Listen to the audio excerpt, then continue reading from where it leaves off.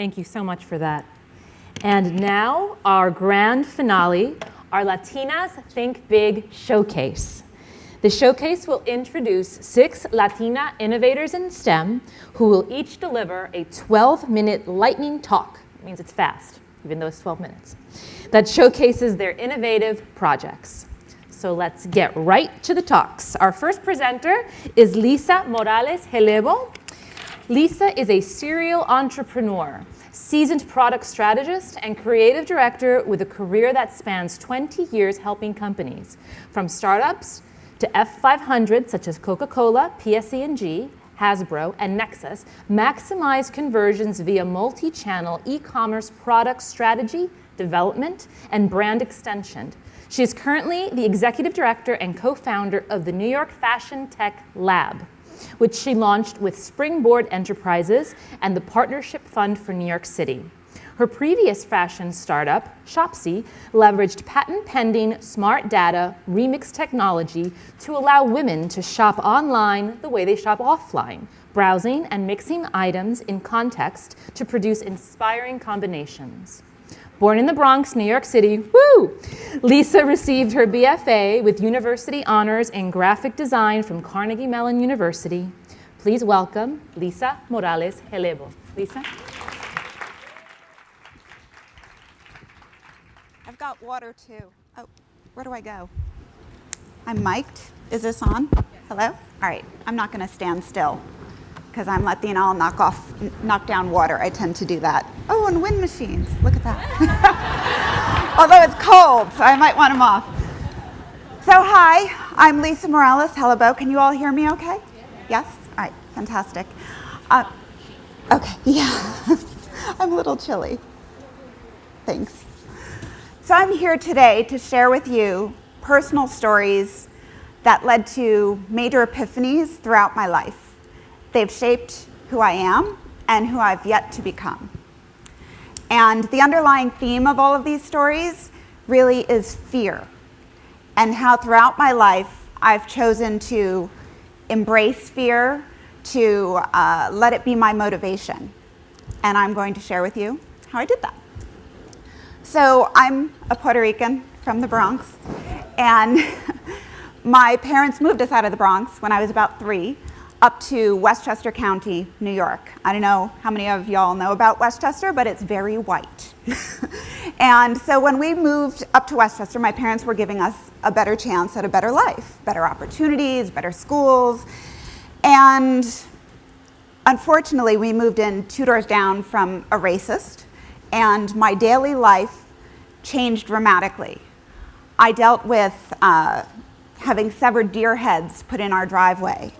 I would have spick written in the snow in front of our house. I had my cats shot at with a BB gun. This was a daily thing for us. And I think worst of all is that their children had to leave our neighbor's house if I showed up. And if they said hello to me, I'd hear them being beaten 2 doors down. So I was living in a constant state of fear.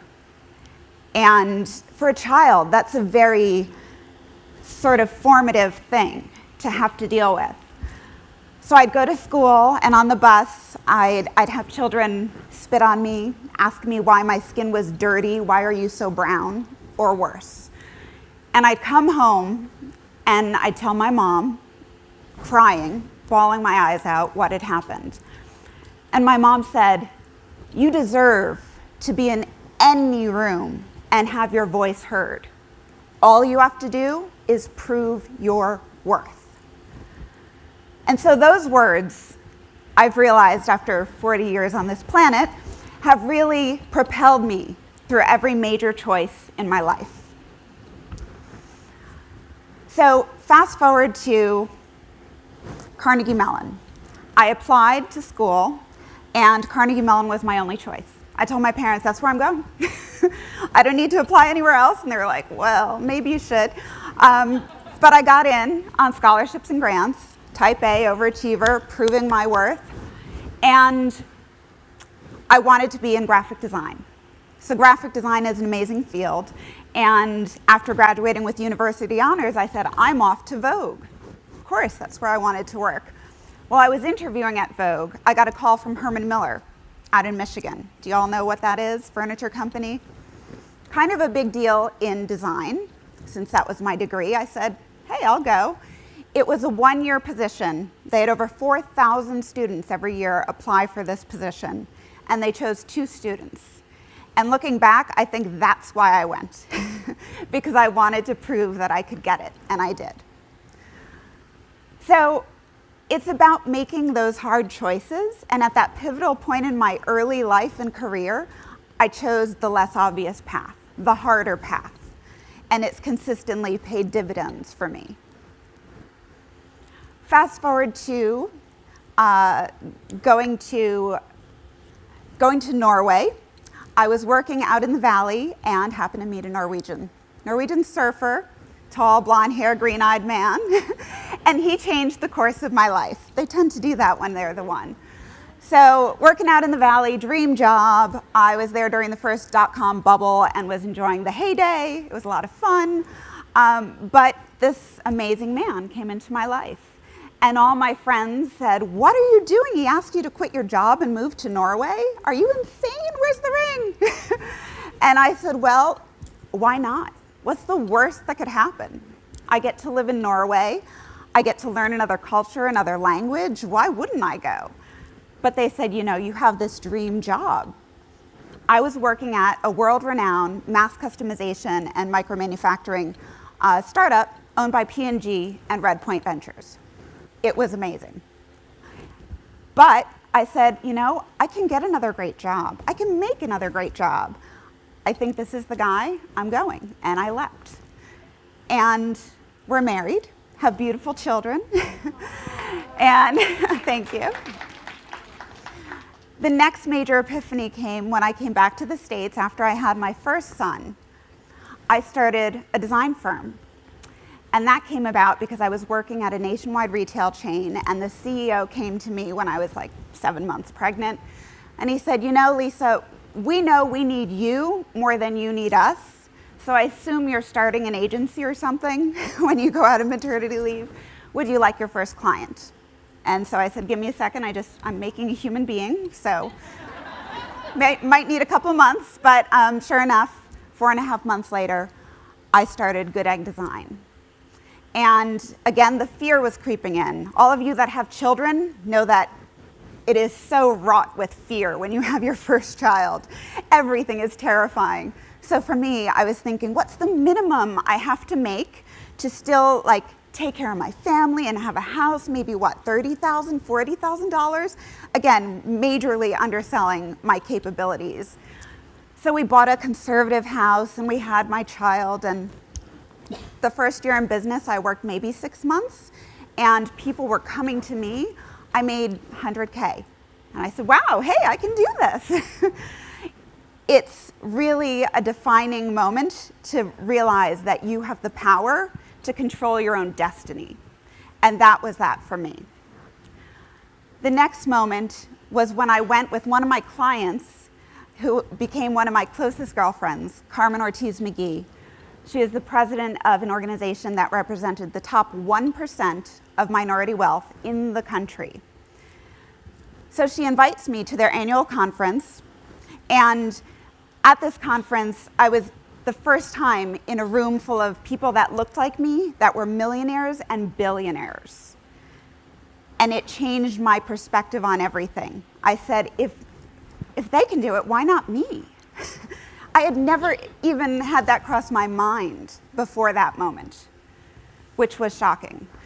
And so I started sharing ideas with these people, these brilliant millionaires, and they said my ideas had validity. So then I pursued developing a contextual search engine, which is known as Shopsy, and asked my husband, do you mind if I don't make, I was the primary breadwinner, all the money to support us for an indefinite period of time, make $0, and pursue this startup thing? And he said, go for it. And so I figured, I've got to make this work. And I didn't. And it sucked. But it's a learning experience. And again, I jumped at the thing that was scary. And I tackled it and I learned a ton, amazing opportunities to really learn about business and how to scale a product, and bigger issues within the industry. So one of my biggest learnings from Shopsy was that the ecosystem for fashion tech was really a little broken. And I wanted to fix that because I'm an entrepreneur. So I went to my network of Springboard Enterprises. Amy Millman, I was having dinner with her in New York City last summer, and she said, "What do you want to do next?" I said, "Well, I'm enjoying mentoring these fashion tech startups. I would love to build a space where we could really have the big brands and retailers connect with the startups that are looking to serve them." And she immediately said, "Well, let's do that." That's the power of having networks and bringing yourself up to surround yourself with the people that are really impactful in the industry. The people you surround yourself with matter. They hold you accountable to what you're capable of. So my expectations for myself suddenly were massive. And I said, okay, what next? She asked me to pull together a proposal, send it to her. She'd forward it to Kay Koplowitz, who happens to be the woman that founded USA Networks, kind of a big deal. She said, if Kay signs on board, she'll get the brands on board. And if she signs on, we'll do this. So sure enough, Kay calls me in for a meeting. And next thing I know, she said, well, I'll get the brands. If you want to head it up, let's do this. And just like that, another big epiphany was you get 0% of what you don't ask for. I literally put it out in the universe. I don't know, this is what I want to do next. And these amazing people I surrounded myself with said, let's do this. But if you don't ask for it, you don't get it. It's really not that complicated. It's that simple. And so we're off to the races. And this year, I launched the New York Fashion Tech Lab, which is really a culmination of everything I've done throughout my career. I built a space where the big brands and retailers, Macy's, J.Crew, Ralph Lauren, et cetera, are connecting with the startups that are looking to serve them. And this was really a paradigm shift for accelerators because they were chosen by the big brands and retailers. And they were mentored by the C-level executives within these big retailers. They were validating that your technology is important to this industry, as opposed to an investor saying, we think this will make us a good amount of money in a year or two flip. So we're looking for game changers to move the industry forward. That's the latest sprint that I've been through in my lifelong, lifelong journey as an entrepreneur. It took me a while to figure out that I was one. Sometimes that happens, but it really was a life-changing experience once I was in the community. Because this community, if you pay it forward, it gives back in spades. But you have to be involved, you have to be visible, you have to ask for what you want, and you have to really commit yourself to whatever you're doing with passion. The community will support you. So I ask you today to really think about embracing the thing that you find most scary in your life. Embrace the fear and see what happens if you push past it. Because I guarantee you it's going to be amazing things. And again, somebody earlier today said, you don't regret the things that you did in your life, you regret the things you didn't do. So take a leap.